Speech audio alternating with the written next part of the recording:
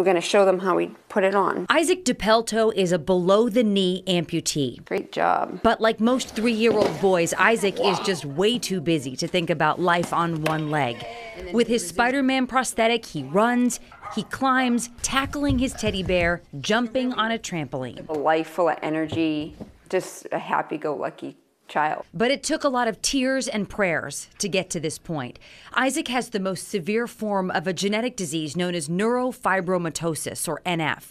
Though rare, it affects 3 times as many people as muscular dystrophy and cystic fibrosis combined. It's devastating. With everything in my body, I did not want him to have this disease. For most patients, the disease causes tumors to form on the nerves anywhere on the body at any time, and there is no cure. There's a little bit of a curvature here. Isaac's mom spotted the first symptom, an odd bend in his left leg.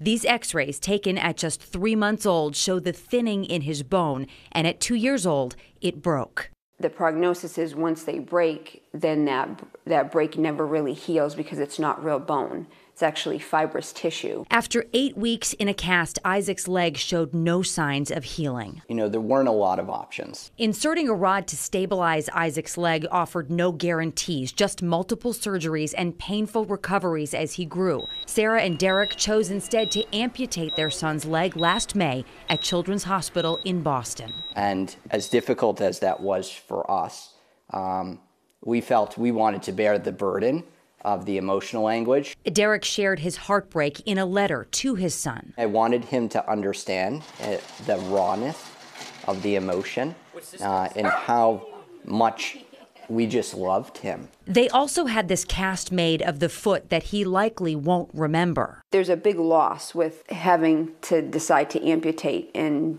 even looking back at his newborn photos, it's just very sad. But looking forward, Derek and Sarah have a lot of hope for Isaac.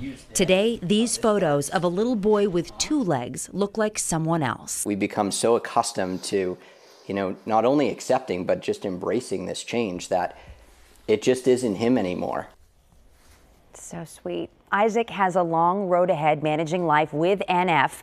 No one can really predict what symptoms he may develop. However, he is getting some new support soon, a baby sister who is due this month and has already tested negative for NF. And her parents plan to name her Faith because that's what Isaac has given them.